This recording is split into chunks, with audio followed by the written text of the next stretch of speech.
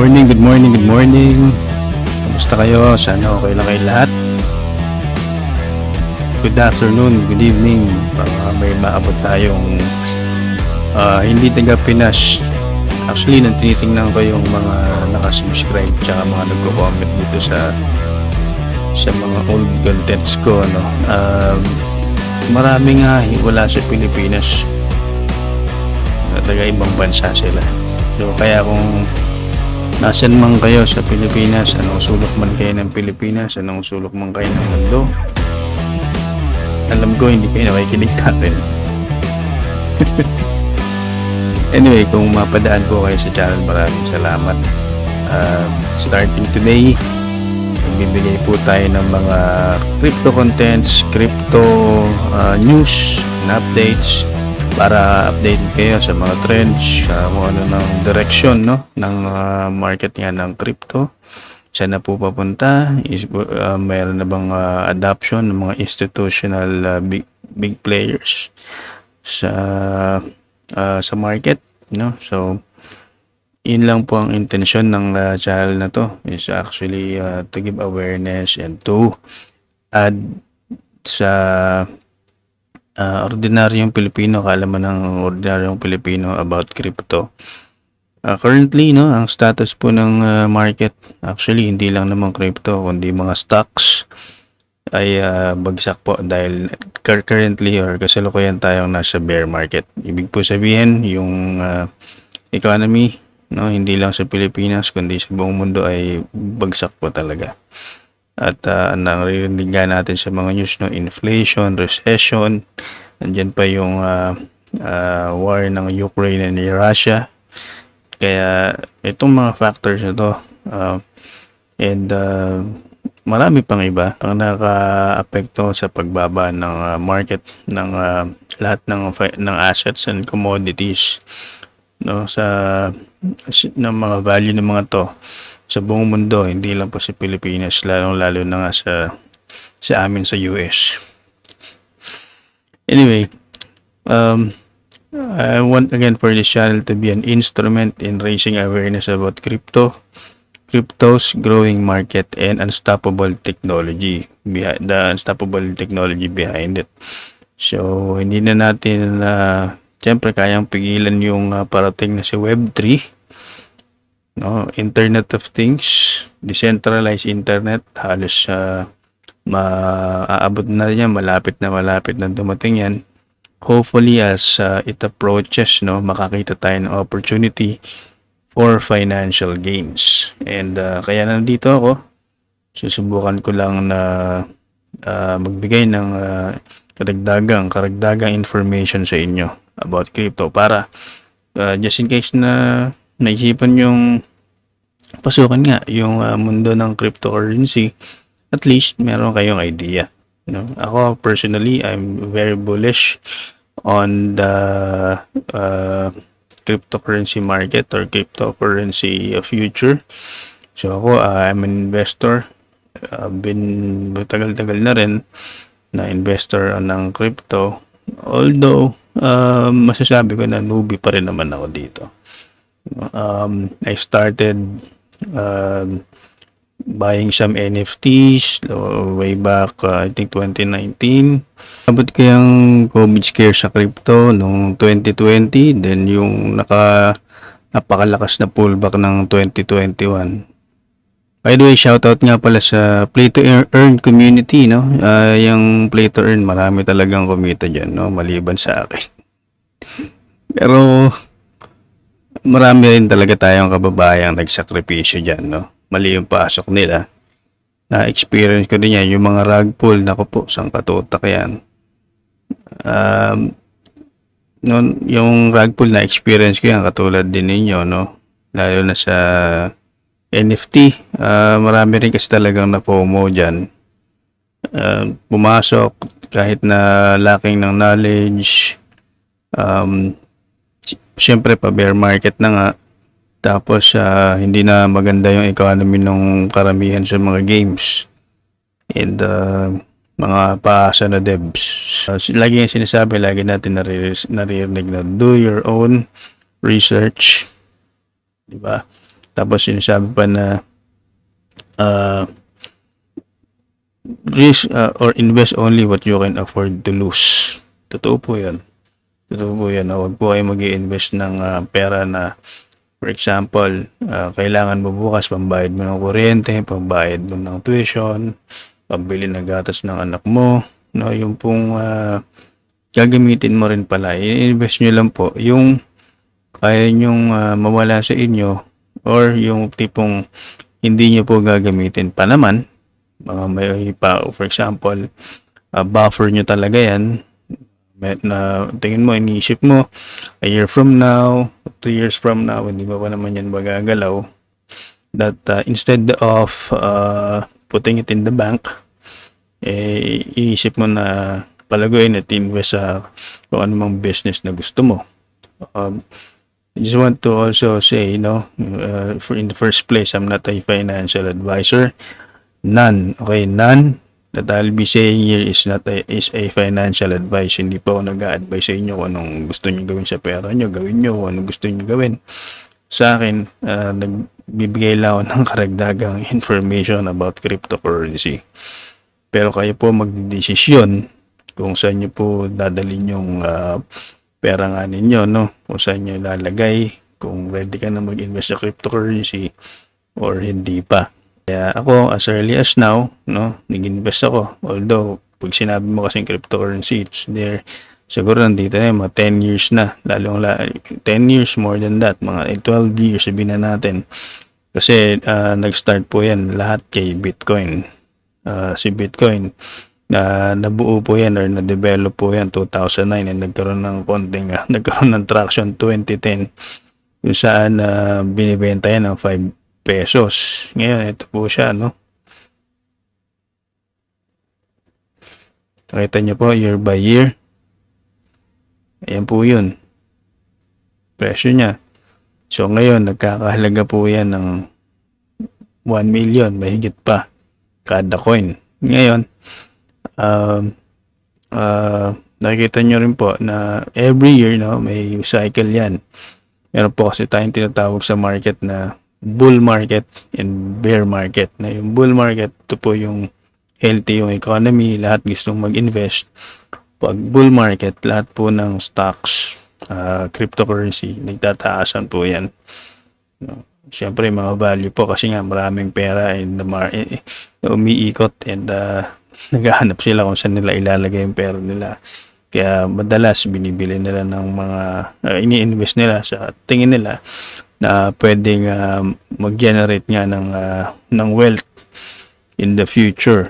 And kaya po nakita nyo nila yung potential. For example nga sa Bitcoin, no, from 2010, from 5 pesos to 200 pesos sa value ng pera natin, or 0.0, I think 0.05 cents sa dollar. And naging no, 1 million peso. So after Bitcoin, lumabas na nga dyan si Ethereum, yung mga altcoins. At introduce ko rin yan sa inyo. Pero gusto ko lang po mag-umpisa. No? Mag-umpisa yung ating usapan or yung channel natin sa magandang foundation. That is why I want you to see, no? I want you to see this clip. Short lang naman to. Pagtsagaan nyo na, kung ayaw nyo, i-skip nyo na lang. Or skip nyo na sa itong video ko dito. Ang gusto ko lang ay maumpisahan ninyo yung journey niyo sa cryptocurrency. At least, may idea kayo kung ano talaga to. So, ano ba tong ipapakita ko sa inyo na clip? Okay. So, ito po ay clip galing sa cryptocurrency hearing or sa Congress ng US, kung saan, no, si Mr. Brooks, isang veteran lawyer and a financial expert, nag-testify siya sa Congress kung ano ba si cryptocurrency, ano ba si Web3, ano ba si blockchain, and ano yung relationship nitong tatlong to. If you will listen to this man on this clip, I think you'll understand more or better si cryptocurrency. So, okay, so here's the clip, no? Mr. Brooks, let's step back from digital assets and blockchain for a moment. Let's talk about where the internet was, where it's come to, where it's going, right? We're trying to level set here for policymakers. So originally, the internet was a read-only format, in essence. We're consuming information. And then there's additional layers that we place on. It became much more interactive. But counterintuitively, much more interactive, but much more centralized in Web 1, Web 2. What we're hearing now is Web 3. Policymakers need to understand the nature of Web 3. This is a hearing about a component of Web 3. Now, along those lines, what are the characteristics that defined Web 1 and Web 2? Mr. McHenry, thank you very much for that question. I think that's critical to understanding what we're all trying to build here. So the characteristic of Web 1, if people remember their original AOL account, was an ability to look in a curated walled garden at a set of content that was not interactive but was presented to you on AOL the way that Time Magazine used to show you the articles they wanted you to see inside of their magazine. Just you could see it on a screen. The innovation of Web 2 was that suddenly you could not only read content, but you could also write content. This is when the blogosphere became a big thing. People remember this from the late 90s, the early 2000s. The reason for the centralization of the internet, of course, was that all of that activity was being monetized by a very small number of companies. Facebook, as the chairwoman mentions, Google, and 2 or 3 other companies. What makes Web 3 different is the ability to own the actual network. And that's what crypto assets themselves represent, is an ownership stake in an underlying network. So when you hear people talk about, for example, layer 1 tokens, what they mean is this is your reward for providing the ledger maintenance services, the computing power to the network that on Web 1 and 2 was done by Google, right? So now people in my hometown of Pueblo, Colorado can actually own the Ethereum network, but they can't own the internet. That's owned by Google and a few other companies. That's what the project of crypto is all about, is allowing people to directly own the networks that have native assets that are supporting it, and that's the nature of decentralization, where the token holders are the people who control the asset, not so Google. Token holders, for our language here on the Hill, those are digital assets, right? Which are the keys to open up the ledger for you to participate, right? Correct. So describe to us how those digital assets fit into this internet revolution, Web 3. So the concept is that you have sort of application layer tokens and you have protocol layer tokens.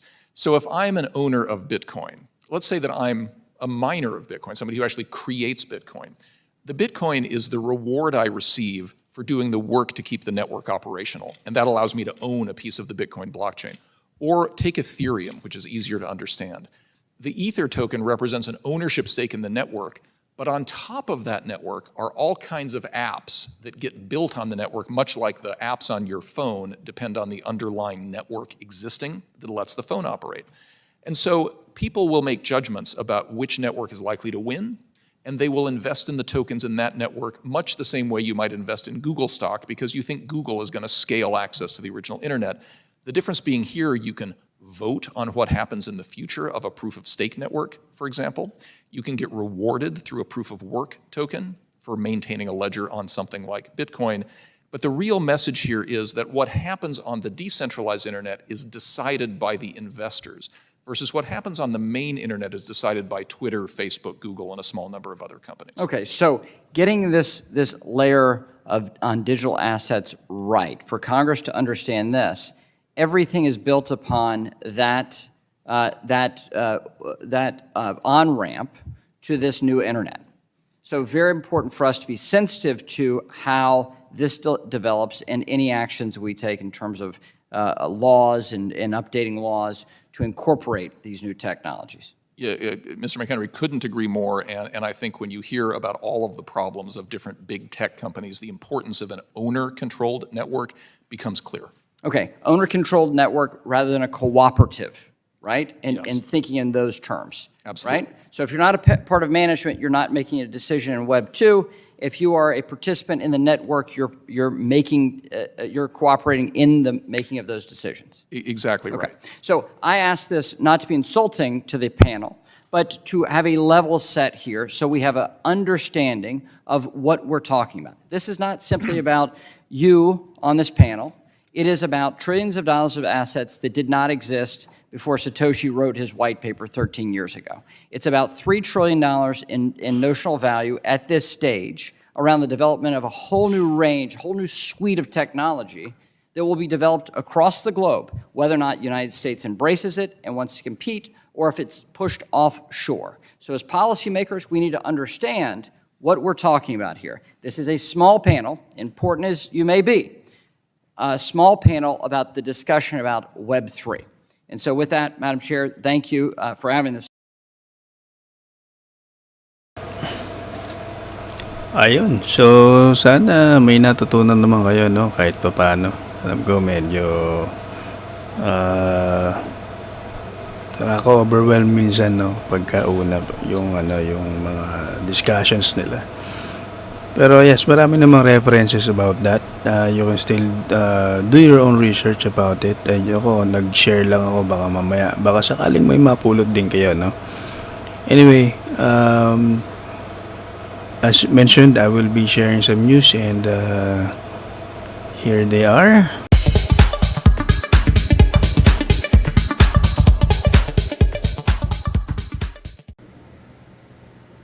Alright, here we go. So, adoptions are getting faster every day.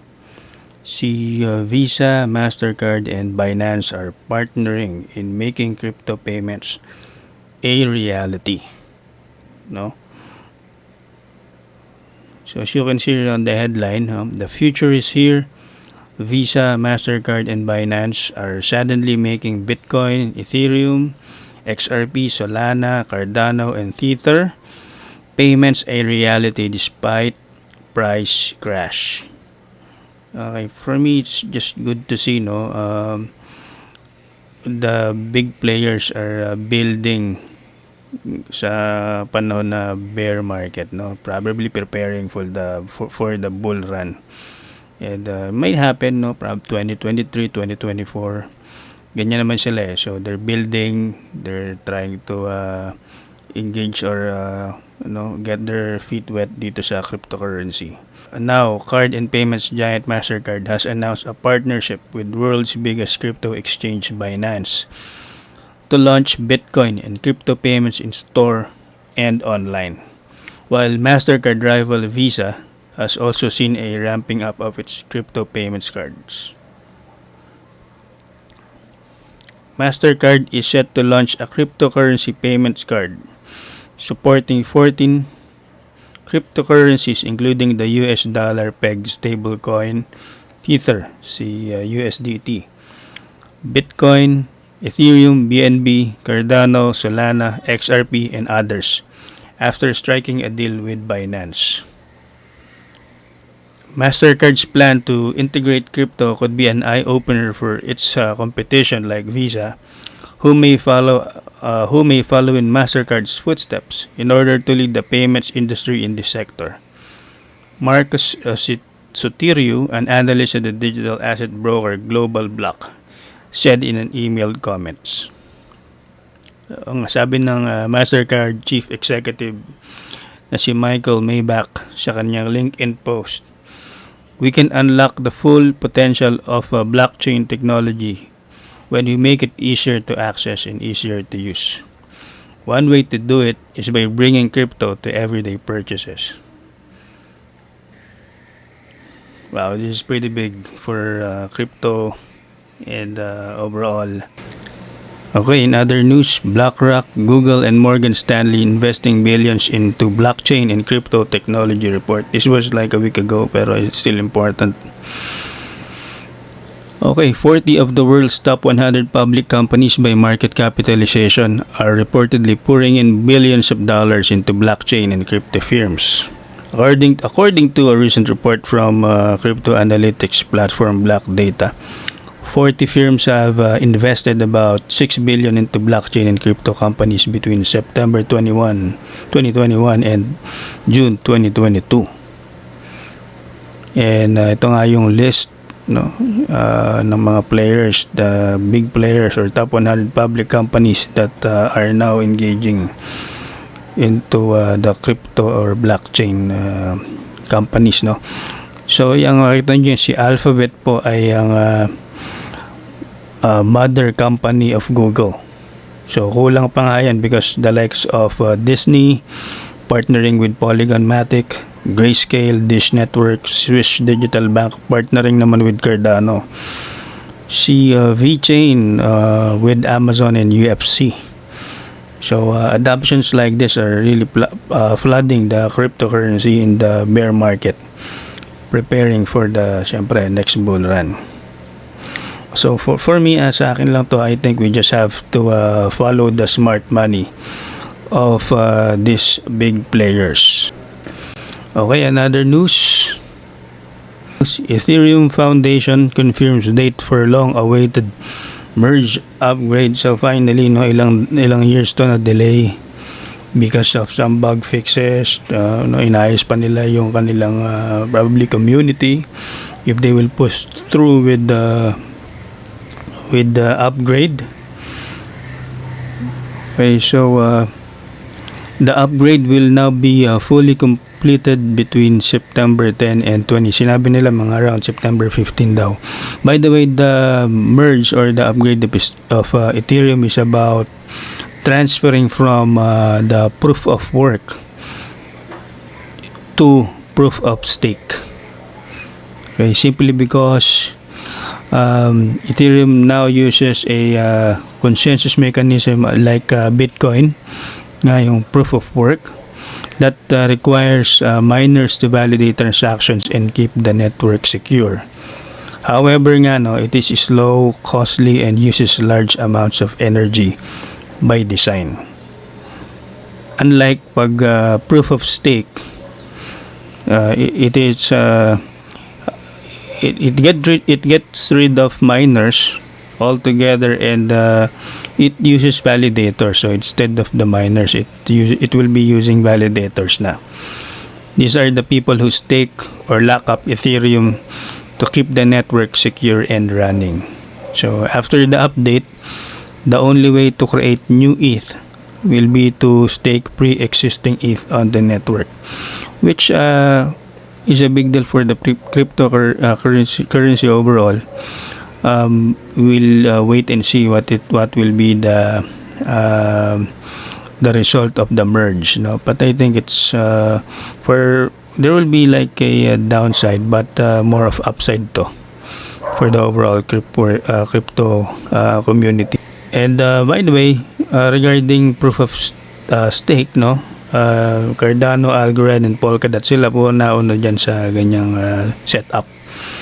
So si ETH, I think they realize that it is best for them to go on proof of stake in the long run.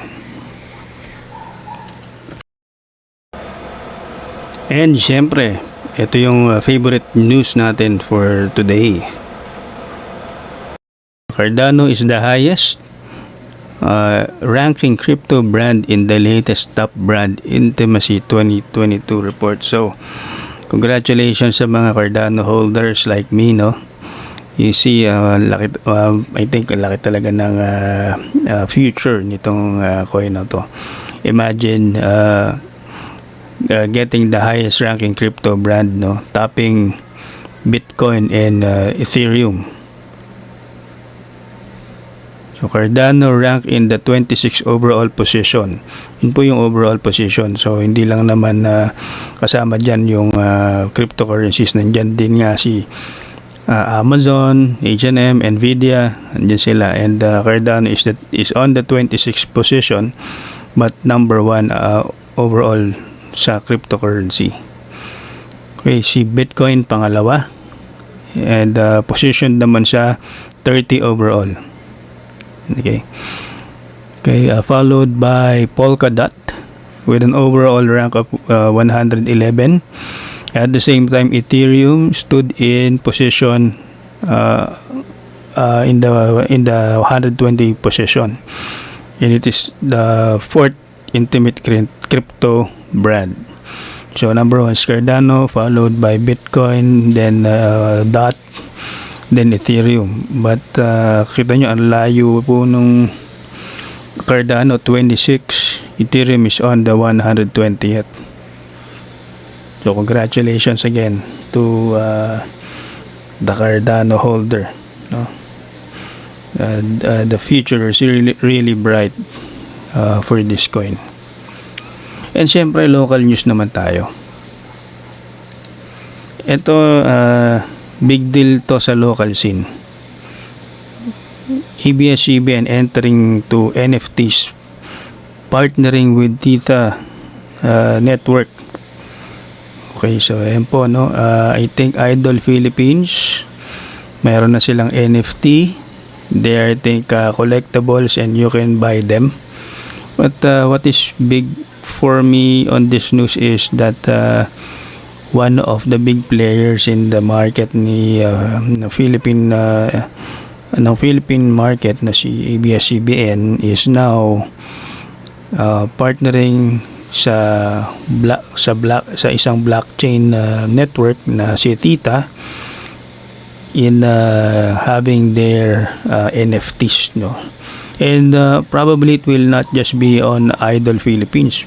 Baka di natin alam, baka may panibagong PBB na naman, and they might use another NFT there, no? Yung NFT po yan yung non-fungible token, so marami kasing use case yan, but mostly nakikita natin yan sa mga play to earn. But one of the use cases talaga niyan is yung mga ganyan tickets, collectibles, arts, digital arts, no? So ayan po. Current price, by the way, of Tita is $1.29, no? Looking good for looks good, no? Sa network na to. And probably for me may potential din po tong si Tita. So you can probably look at it and research about it. While it's just $1.29. Okay, thank you again for watching at sa pagtsaga sa isa sa pinaka-boring na palabas dito sa YouTube. Hopefully you can join me next time. If you can drop a like, maglagay po kayo ng comment, and share. We love it. See you again next time. Thanks for watching. Bye for now.